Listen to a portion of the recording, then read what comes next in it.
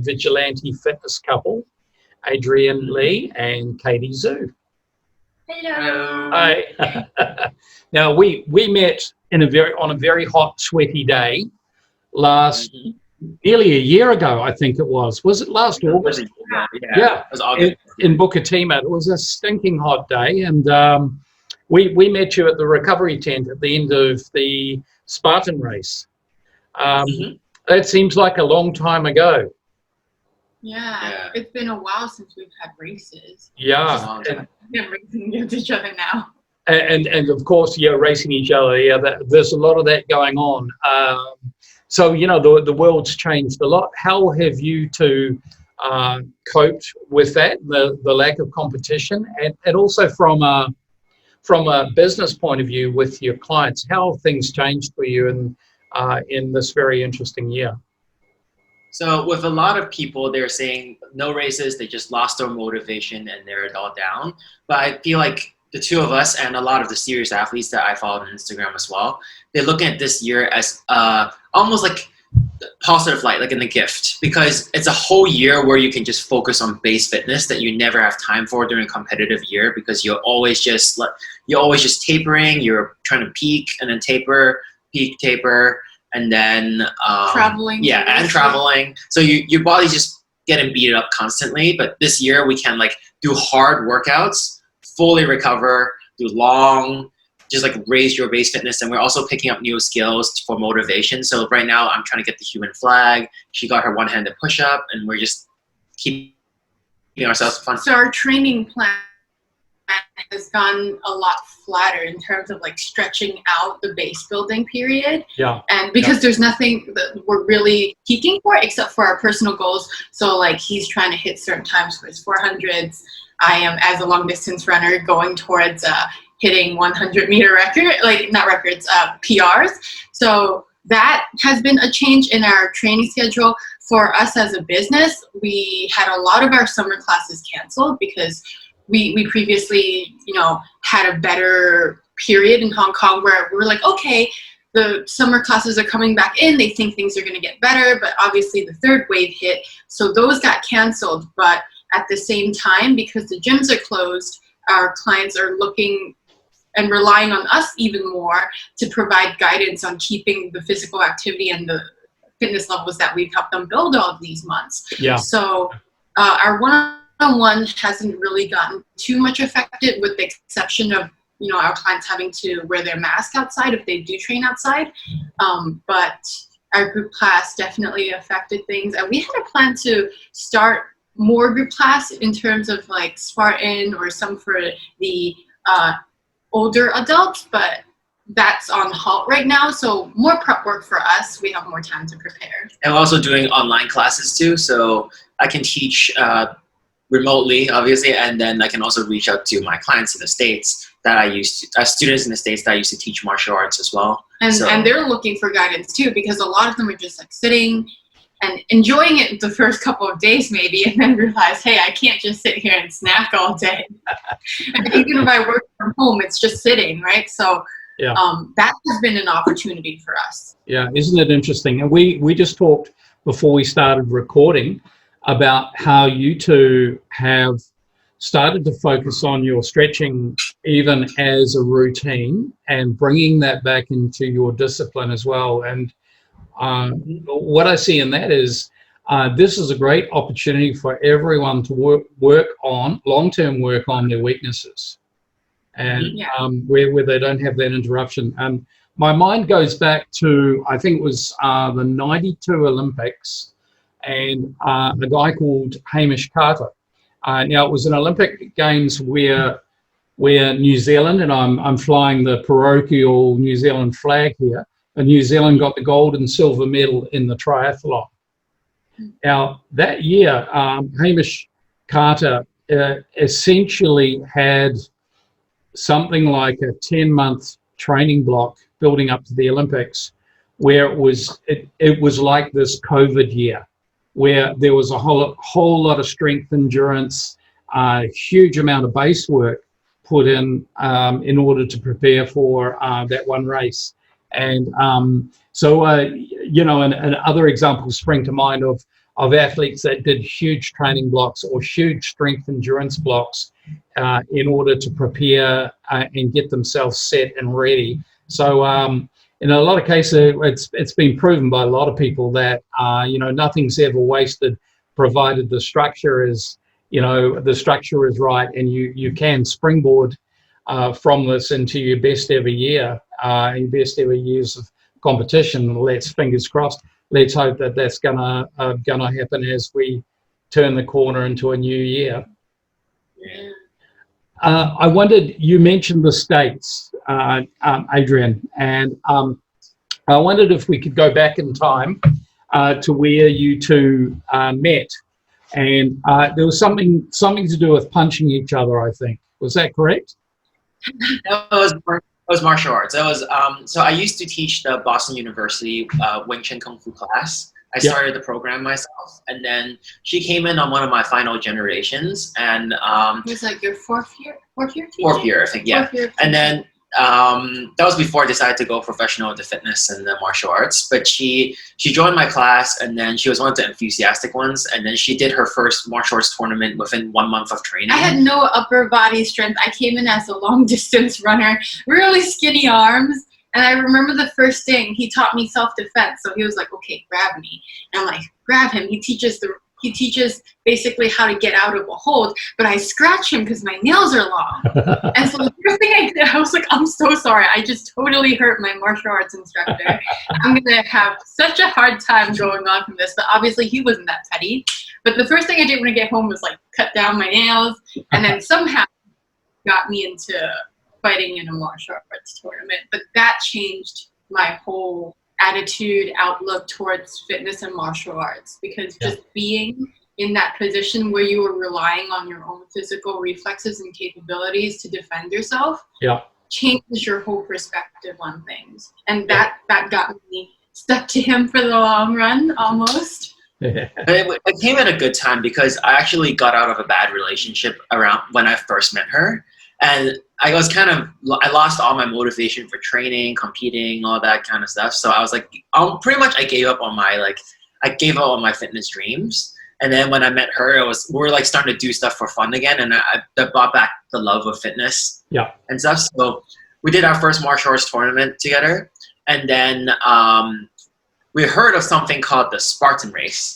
And we were like, ooh, what is this? I was like, yeah, we're martial artists. We're fit. We can do this easy. So we went in, tried it. This was when we were all doing open for fun. So we went That was back when open required you to do that. Yeah. So we did the Fenway race for the first time. It was just a stadium short one. And we went in, and all the grip obstacles were like, what is this? Madness. And we couldn't do a lot of them. We were good at pushing, but not so much so much pulling. And then that showed us like we need pull-ups. And from there on, we just kept trying, and every competition we would learn. And then we were still doing it with a group of friends at that point until 2016. That's when I decided to teach martial arts for real, and then I got professionally teach it. And then I worked at a studio in Boston, and that's where we started doing Spartan races seriously.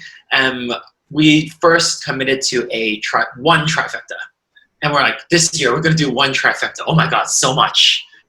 That was a really interesting one, because for the trifecta, you have to do a short, mid, and long distance. The long distance one, he picked the hardest beast, supposedly. One of the hard ones, not the hardest. Right. He picked one of the hardest ones. But my thought was, if you're gonna do a hard, he was like, if you're gonna do one of the hard one, why don't we just do a second trifecta? Because he picked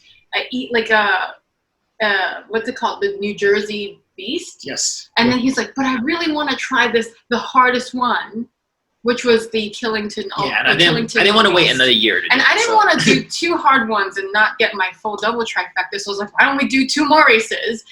And that ended up with 6. Spiraled. So what happened every year after that was we ended up with 6, and the next year we'll sign up for a lot, and then we're like, oh my god, that's crazy. And then if every year we'll surpass it, because we're never doing an ultra, and then we did 3 ultras. So you mentioned something a couple of minutes back, which I think is the essence of longevity in sport, and that's the essence of fun. And you discovered your fun aspects and the love of the sport. And I think that's really an interesting thing. We are having competed, but more importantly for me, having coached a lot of people, and I can see folks as they come into a new sport, they're entirely enthusiastic, and I can see that how over time some people can fall out of love with the sport, but they still are doing it, and it becomes a kind of a miserable activity in a sense. And I think the trick is, as you go and as you improve, to always come back to the reason why you're doing it, and it's for health, wellness, it's for community, the whole tribal aspect of being a Spartan or a triathlete or an ultra runner, that whole tribal element. And I think it's a very important place to personally come back to and realize that, your baseline for doing something is about health and wellness first. It's before any medals, before any money, if you're at that sort of a level. But, it's a really great place to remind you. And one of the fun things I had as a coach was surrounding myself with people that were coming into the sport, and their enthusiasm kind of got me, reignited my enthusiasm for reminding me what it was like, that first thrill of getting fit. Because we know that first phase of going from an unfit person to a moderately fit person is quite a big ramp up, and then it's all tiny little gains from that point on.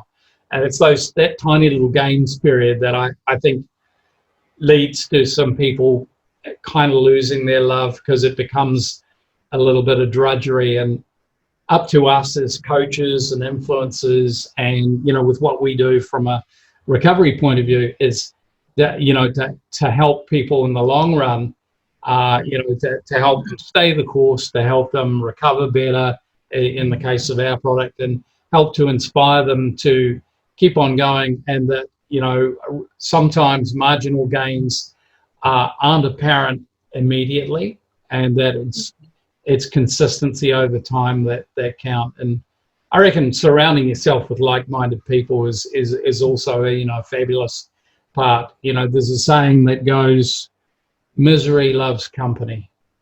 Mm-hmm. Or being around like-minded people, I think is really important.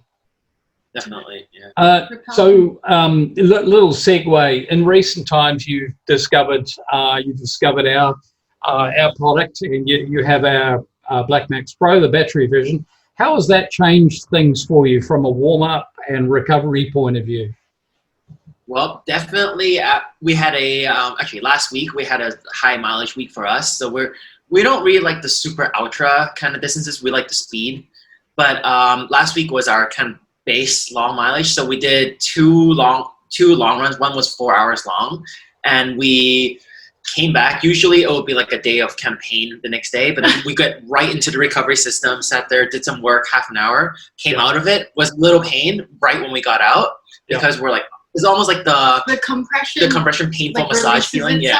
And then your legs go back to like normal air, I guess. But the next day when we got up, we're almost like ready to go again. Like we're tired, but it skipped the sore pain stage. Recovery system was the first thing I thought about when I got back through the door. I was like, I'm getting in those boots as soon as I'm clean. And I almost fell asleep because I was just tired. Before food, like shower first, but like before food, before anything, I was just like, I need to deload my legs first, and then I can worry about, eating, which might not necessarily be the case, but I have eaten while I did it. What I love about that, this is quite a common quite a common theme, which is really good. You're picking up on your point that you're working while you're doing your recovery, which is really great. But also what Kaity said is also a very common thing. And people are falling asleep while they're on the boots quite often. And what this is your body going, your parasympathetic system kicking in, and your body's going into healing of the nervous system. Because that muscle pain, of course, is not the muscle fiber itself. It's actually your nervous system that that needs to recover. And the benefit of the blood flow is very important for invoking that parasympathetic healing. And so we've got some of your Spartan colleagues, like say for example Jessie Montague. Jessie's first thing in the morning before her morning session, she's on the boots to get herself ready to warm up, because she's biohacking her warm up, and then just like you guys, she's doing her last bit of work of the day with the boots on and getting herself ready for a good rest. Yeah. Have you loaned the system to your parents? Yep. Yes. That's dangerous. So awesome. That's a dangerous thing, by the way. It's a dangerous thing to do, and you know why, right? You might not see it back. How did they go with it? It was really interesting because our whole family, in terms of height, is quite interesting. So like his mom's really small, smaller than me. I'm 5'3", 5'4". She's probably 5'0". So, but she's like a tiny person. Grandma as well, and then like him and his dad are on the taller end. So and I'm still not tall. It's interesting because I was loading it up on his mom, and I was like, I'm not sure this is gonna fit. We'll just unzip it a little bit on the top if you can't get your feet in the right position. But she fit, and like she loved it because for her she has like swelling from walking a bit more since doing renovation shopping, getting like the toilet accessories, the fixtures and things. So she's walking a lot more than she's normally doing, and her legs are swollen. The moment like she got out of the booth, she was like, oh my gosh, like I can fit in some of my shoes again. Yeah. And like she felt like her legs were smaller in circumference. Yeah. So she loved it. His dad as well.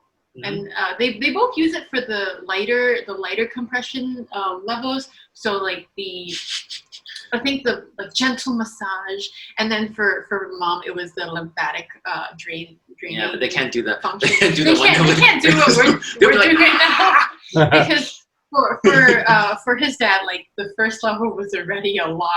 So it's good to see the different levels and what they can use. But for us, we jumped straight into the third level, and it was great. Yeah. Like, that's cool. So we've had somebody 1.9 meters tall on that same cuff as you're using, and someone 1.49 tall. So it does fit a range of people, and even for the shorter people, one of the tricks is you can turn zone 6 off on the machine. Zone 6 being the top one up by the thigh. If somebody really really short hops on, you can turn maybe the top 1 or 2 zones off, and it'll still do the job really nicely. And well, that's great, and I'm glad they gave it back. But it becomes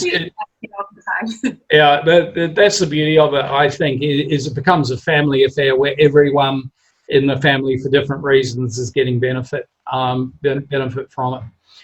So let's talk about you guys essentially are very kindly acting as a demo contact for us in Hong Kong. So best ways for people to contact you?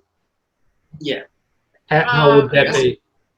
Instagram. Oh, you mean who contact me? Okay, sorry, brain fart. Instagram, Vigilante Fitness Couple, and then probably Facebook or WhatsApp us. Yeah, probably Instagram. I think Instagram. Yeah, a lot of people are messaging us on Instagram. No worries. We'll post those details on this video when it comes up as well. And we're really grateful to have you guys on board for your enthusiasm, and really great to be forming a partnership with you guys around your recovery and your journey, your fitness journey as well. I forgot to mention earlier some of the routines that I've really enjoyed on your YouTube, and I mentioned this to you some time back, but the fighting stick routine. Oh yes, Kaity and the knives and stuff. Yes. And the nunchucks as well, but the fighting stick, I've showed several people that clip, and we all kind of think it's hilarious because there's a very fine line. I would forget the sequence, and I would either get hit in the head or I'd hit somebody in the head if I was hurt. Yes.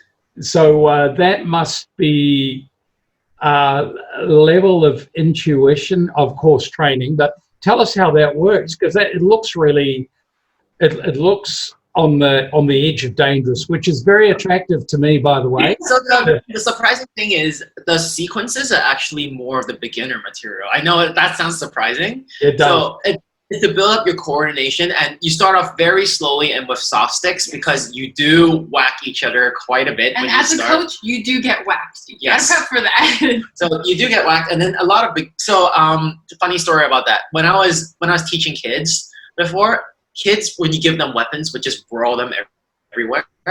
I was walking over to a kid, and I was telling him about the staff. I was like, no, you don't do it like that. And then he turned around and swung it at me.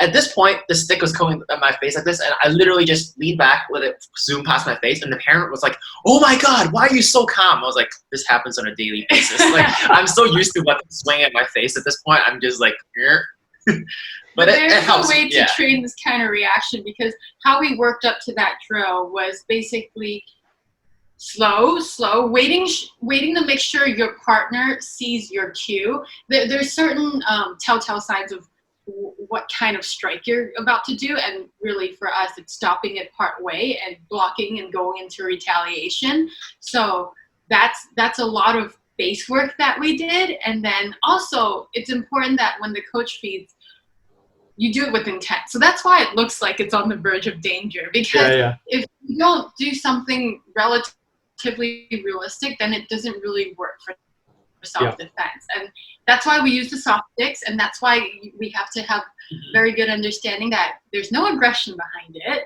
and this is purely for your benefit, because otherwise it'll be very hard to execute with someone else.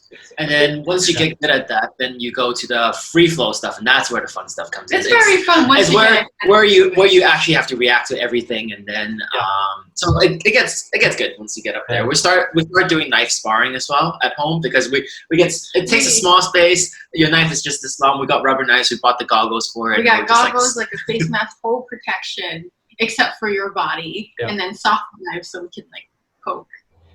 It's I like what you said about reading telltale signs, because that's elements of martial arts and boxing as well, looking for where the punch is coming from or the kick and so on. So really, really interesting stuff. But there's elements of calisthenics in the whole thing where there's a lot of joint mobility. That's a really good and healthy aspect, I would imagine. Yeah, and it's a lot of wrist too, wrist and forearm strength that evolved from this, because I feel like this is the area where we don't really train in terms of like stereotypical gym movements. But our wrists have gone really strong from that, and it's helped us in calisthenics with like handstands, pikes, all that kind of stuff. Human flag as well. So the stabilization and control required for the wrist is quite important. But basically, I think the most important thing is all our training slots together well now, because when we first started and we were learning, so neither of us were natural athletes. So we started from the open heat. We started all the way down. We kind of worked the way up, because we kept going like, how far can we get up? So at first we were like, let's try for back when age group was still competitive. Let's try for competitive. And she was like, no, I don't want to. And then every time I was like, let's just do it.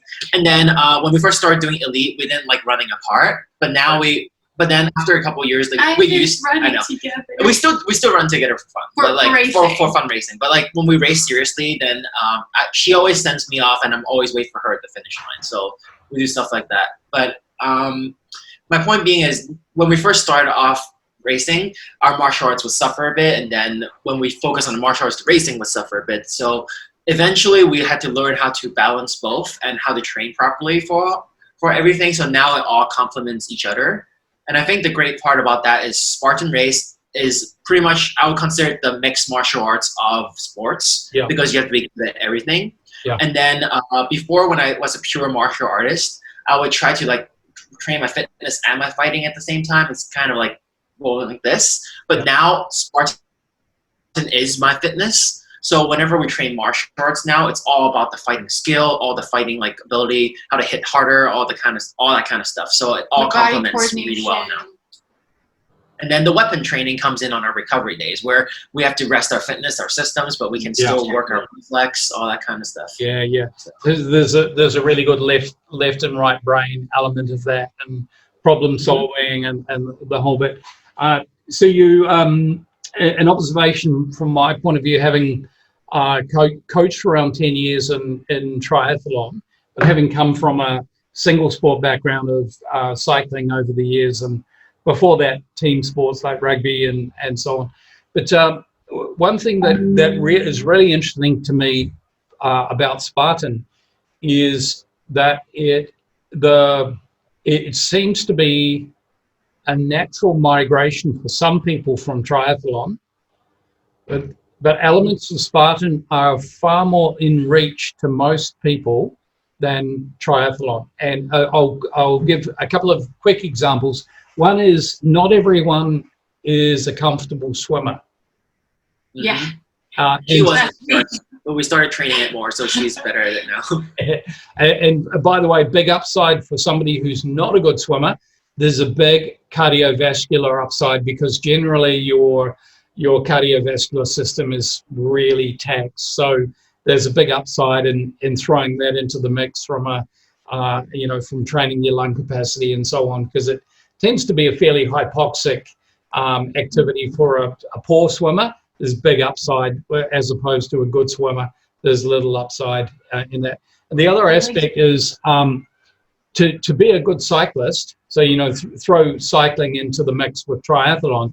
To be a good cyclist, you need to be putting around 10 hours a week in. So when you think about that, that's a big time budget. That's just the cycling, because it's a very time-hungry element. Running takes a long time too, right? Yeah, absolutely. And running has a greater recovery time as well than cycling. Being load-bearing, it has a greater recovery time. So I see I see Spartan as being something that's in reach of a lot of people, and also the body types, by and large, for Spartan, there is, in my view, there's a better body balance about the athlete, because it tends to be a combination of upper and lower body. Whereas if you look at good triathletes, virtually have no upper body strength. They get through the water based on balance and based on rotation in the water, it's detrimental to have too much upper body, because you've got to haul it around a running course, and biceps are no good for runners. It's dead weight. I mean, big biceps and so on. But however, the Spartan, the Spartan body type, or the Spartan type of exercise, it tends to be a good overall balance. And looking at the time budget required to be, a competing athlete, like an age group athlete, it's within reach of most people. An hour or so a day, maybe an hour, one to 1.5 hours a day, maybe more in the weekend, which is, I think, has got a good future.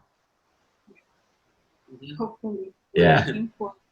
Yes. We've been putting in more base work than we've ever done before. So if we have to describe it this year, I think in terms of base fitness, we're in the best shape of our lives so far, which is not in the sharpest point right now, because there are no races. You do need races to get into that mentally sharp area. So we're excited to see how sharp we can get. Yeah. Well, look, we're all hoping that towards the end of this year, and I've even seen that races are going to return. In the meantime, I've seen lots of athletes doing what you're doing. You're setting your own goals. You're trying to break some of your interim, training block times, getting into longer base fitness with all those great hills you've got in Hong Kong. Fabulous. The envy of anyone in flat Singapore, those hills, because that's just great for strength. So we're looking forward to seeing you in this part of the world, and also traveling ourselves to some of the races as well. And although that seems like it seems like a romantic notion now, the thought of stepping onto an aircraft with your passport and going somewhere else. It seems like a romantic notion that we look forward to hopefully those days returning in the new year. I know. I'm sure they will. It's like traveling, trying the new food there, racing, and then having fun trying something. All the hard work now will pay off. Yeah. In the future. Yeah, we absolutely. don't know if you're far, but it will. Yeah. Yes. And look, even local market racing as well, within Hong Kong, within Singapore, within whatever country the folks are in. You know, I'm sure there's going to be such things happen. Looking at New Zealand, for example, up until recently, they had a recent fresh small outbreak. But New Zealand had returned to competitive sport for the most part over the last couple of months. So you know we're hoping for those days.